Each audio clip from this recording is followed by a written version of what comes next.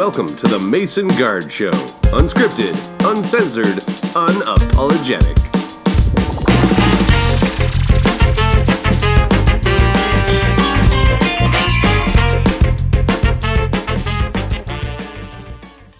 Hello and welcome to another episode of the Mason Guard Show. We've heard your cries, fans, and it seems like the On the Spot Top 5 is one of our more popular shows, and it seemed that a lot of you really joined us in our love for The Office. So today, for On the Spot Top 5, we have an Office-themed Top 5 list. So in order to make this fair, Ed and I have both brought a few different topics to the table, and we're going to see which one of those topics we are going to do. I have a random selector here. It's not going to sound like much, but I'm going to do a quick little random roll of the dice, and we have number 4. What does number 4 line up with? So we are going to be doing our top 5 non-main characters from The Office. So we had to define this actually before we even started real quick. That was just anyone who's not in The Office for an extended period of time. So this does extend to some of the temporary bosses, D'Angelo Vickers, Nellie, Robert California, some of the people who joined in late in the season like Pete or Little Dwight. So that's it covers a lot of people. So we are going to take ourselves about 5 minutes to prepare our arguments and solidify our top 5 list. So stick with us for you guys. This won't take too long, but we're going to take about 5 minutes and we'll be right back. Do do do do do do do do do do do do do do do do do do. And we're back. Okay. So, we have both prepared our top 5 list, both prepared a few points for each one, and we're going to go through and we are going to debate who deserves each of our 5 spots. So, let's jump right into it for number 5. Ed, who do you have at your number 5 non-main Office character? Oh my God, Scott, this was so difficult for me. As mentioned previously, I love this show. There's so many amazing characters in this show that even outside the main cast, people that show up even for a brief time. And the number 5 spot that I chose was someone who's in it for only a few quick spots throughout the whole show, and that's Dwight's friend, Trevor. Trevor. So okay. Trevor, if you don't remember, is the hitman that Angela hires. Yes. Okay. That whole episode is so funny to me. When they're initially talking about the hit, and like he tries to prove how tough he is by showing them a receipt for the gun that he'd bought. It made me die laughing. And then when he actually shows up to do the hit, dressed as like some sort of sandwich delivery man with the pipe sticking out of the sandwich, and then sort of the fight between him and Oscar with the pipe outside of the office. Amazing. I thought it was so funny and just a great little addition to the show. All right. Well, mine's a little bit more common in the show.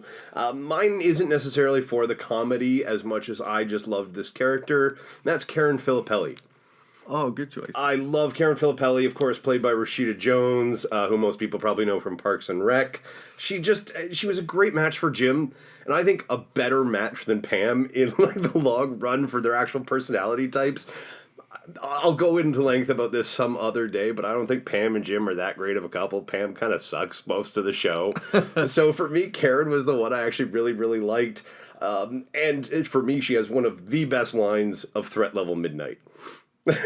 Which, if you remember, is, "Hey, baby, ever banged an entire bachelorette party?" Which is just one of the most ridiculous lines of Threat Level Midnight. And then again, they cut to her in the real life going, "Why did you single out my line?" Because it's one of the most ridiculous. So to me, Karen Filippelli is just someone who brings really an element of charm to the show. And again, just a better fit for Jim. Yeah, I can't disagree. I think her character is fantastic throughout. Even the early scenes with her where they're trying to track down the the chips, or the squeaky chair. The squeaky chair. The squeaky chair is a great episode. Or the Call of Duty fights where she's just killing Jim. Really funny stuff. And then when she gets involved and becomes sort of friends with Pam, and they're fighting over their office party. Some great moments there of the tension between the two of them. I really do. I think, as much as I love Trevor and his couple one-off appearances, I think I got you crushed with Karen Filippelli. Yeah, she's a more vital piece of the story for sure. A lot more funny engagements, and you're right. And later when she is an office manager as well. When she runs her own branch, then Michael shows up to the presentation for her and throws candy at everybody. Yeah. Fantastic. I have to concede this one. She's definitely a stronger character throughout the story. All right, 1 point for me. So that's Karen Filippelli at number 5.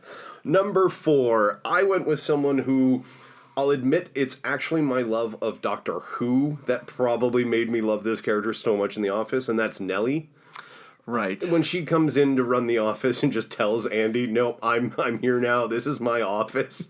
I immediately loved that character from there. And then again, she's got the moments where she's running the meeting down in Tallahassee and plays Ryan.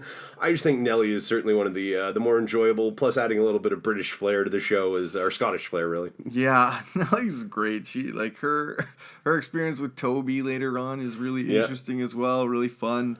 But my number 4 spot, I think, is a character that people love. Super underrated. You might not even remember how funny he is throughout the show, but that's Dwight's friend and employee, Nate. Nate.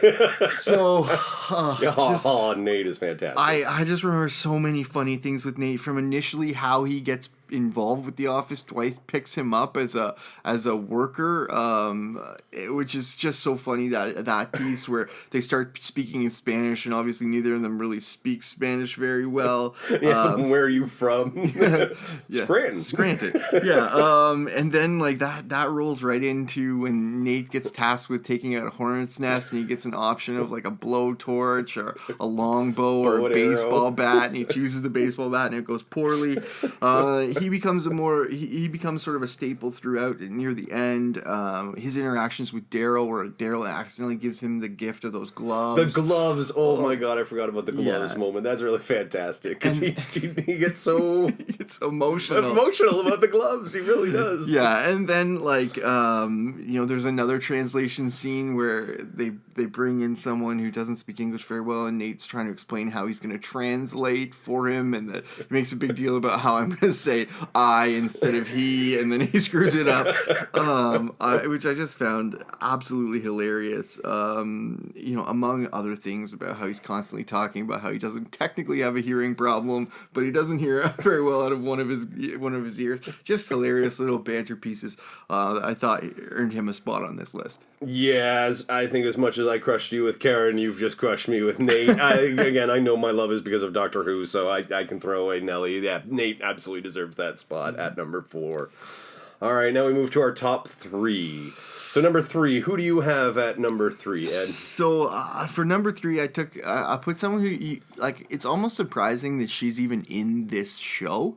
I put Jo Bennett, the Kathy CEO. Bates. Yeah, exactly. The CEO of Sabre. Sabre. Yeah, I think that when she comes in with constantly having her dogs, and just how she actually seems like a real character, in that she doesn't understand why everyone is so ridiculous all the time. So she just can't deal with it, and she calls people out. Like, you seem to have 2 people doing the same job, and scenes where she's like, "Don't try and ride my dogs." Like, people seem to try and ride people them. really like to ride them. Yeah, and just how she takes one of the scenes where she takes Michael back to make him basically the scapegoat on the printing problem that they had, or the printers lighting on fire.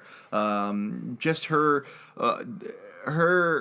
presence is just so intense, and she's such a great actress just in general. So I gave that spot to her. That's true. That's a tough one to argue, because again, she is such a great actress. She really does bring such gravitas to that role, right? That real world. But I think I have someone who can give her a run for her money, and that is I'm going to tie now to Dwight's cousin, Mose. So, for those of you who don't know, Mose is actually played by Dan Goor, who is actually one of the show creators for The Office in America. He went on to create Brooklyn Nine-Nine, The Good Place, some amazing television. If you don't know who he is, check him out. But putting that aside and just taking the character of Mose, he's the oddest oddball in a show about oddballs. You know, he certainly is the absolute weirdest moment. The part that certainly sticks out for me is when Jim and Pam are visiting Schrute Farms and he just shows up and runs alongside the car with them. It's just, he's so odd. Or when he's playing Fear, when Dwight's trying to train Ryan in his barn. And then the highlight in the Garden Party episode where he plays the valet and drives their cars right into the cornfield, lines them all up like he's going to do a super jump. Like, to me, Mose is just... Every single moment he's on screen, you're laughing. Period. End of story. He's just one of those batting 100, or 1,000, I should say, I guess, type of characters where anything he does, you're going to be laughing. Yeah, I love Mose.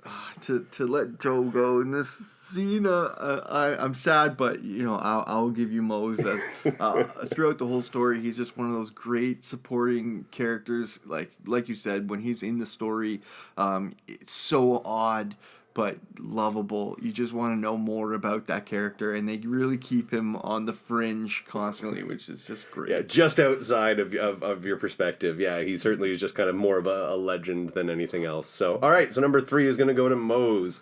Let's move on to number 2. Once again, I've kind of gone away from the comedy for this one, and just a character that I loved their inclusion. I love her just because Michael does, and that's Holly.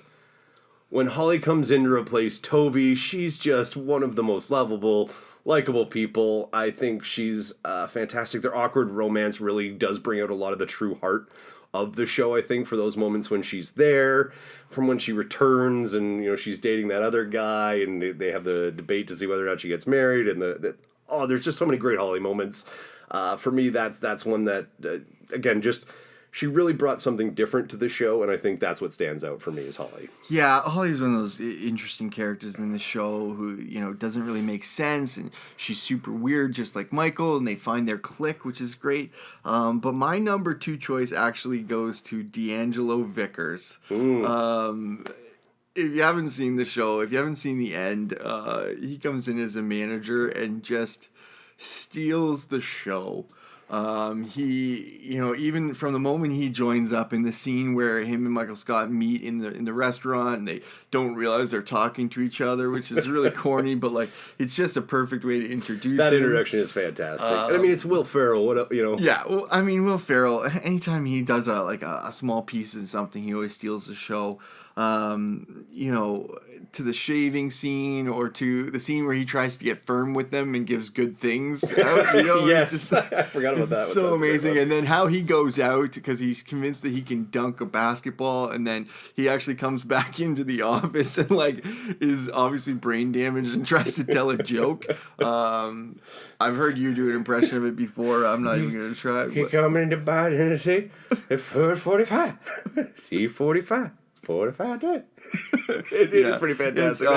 That's not even my best version of it. No, that is a great little line. I feel that like from start to finish, in the brief time that he's into it, he steals the show, and I thought that he earned that number 2 spot.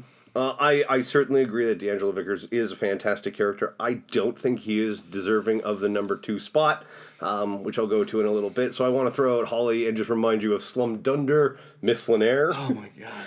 As an amazing awkward scene. It's so awkward where they, of course, you know, release that one of the offices is going to be shut down right after this corporate picnic, basically.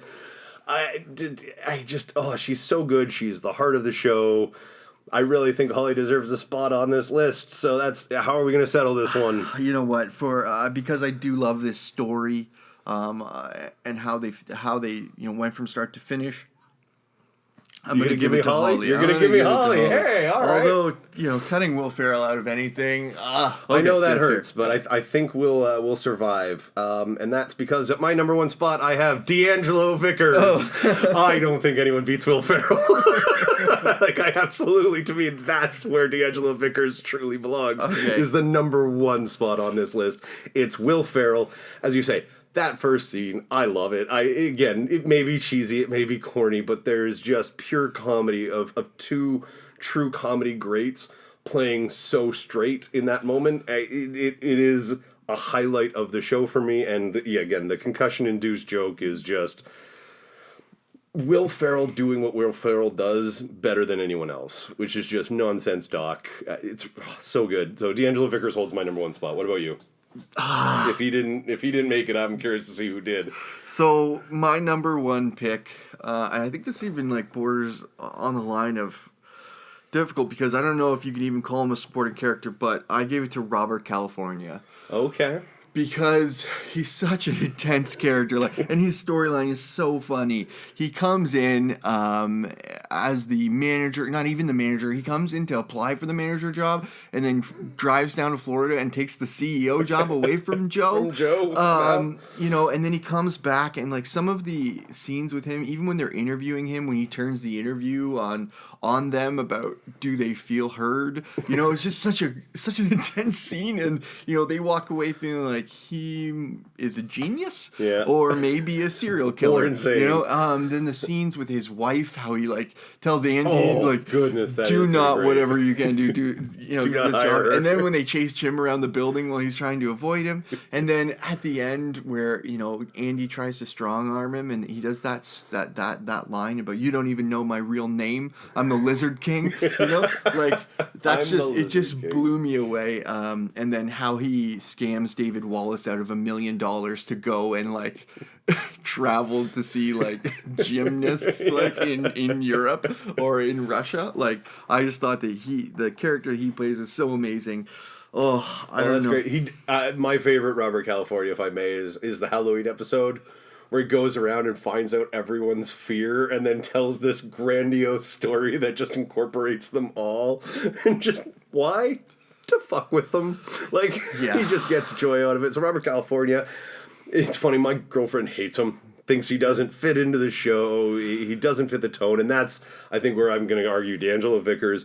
Nobody fit into this show like Will Ferrell, especially coming from such a huge celebrity status at that point. Like, he was, everyone knew Will Ferrell at that point. For him to just fit into this show and not stick out like a sore thumb, I do find that's the problem with characters like Robert California and Joe. They both don't quite fit the Office mold to me, and that's why, again, I think there's no way you can argue he was your number two. D'Angelo Vickers deserves this spot. God, I feel like I got blown away here on this list. I really have kind of. Oh man, I would like to say that I feel like the character of Robert California allowed this show to go beyond Michael Scott. He allowed the story to continue to progress, which makes him vital to the last couple seasons of the show. But Will Ferrell's moment as a supporting character, and I'm actually going to concede this because I'm going to say that Robert California should have been categorized as a main character in the show. So I will concede this. All right. So I'll just have to argue Robert California in a later top five. That's basically, right. That's right. Is what you're saying. All right. I think that's actually a really good list when we look at it. So I got completely blown out. You really did. Yeah, this one was at all least mine. Nate made it. And this was one of your ideas for the list, too. All right, so our number 5 list, as we go, we have at number 5, Karen Filippelli. At number 4, we have Nate. Number 3 is Mose. Number 2 is Holly. And at number 1, of course, we have D'Angelo Vickers. But 45. But 45. All right, guys. Thank you once again for tuning in to the Mason Guard Show. This has been another on-the-spot top 5. And once again, like our other shows, guys, we want you to kind of help contribute. We'd love to know what other top 5 lists you'd like us to argue. We have an Instagram and a Twitter that will likely be up by the time this show is airing. And you can certainly hit us up there or at themasonguardshow@gmail.com. Again, please send us all your ideas and your suggestions for On the Spot Top 5 or any of our other shows. Thank you guys once again for listening, and we will see you in the next episode. Ding!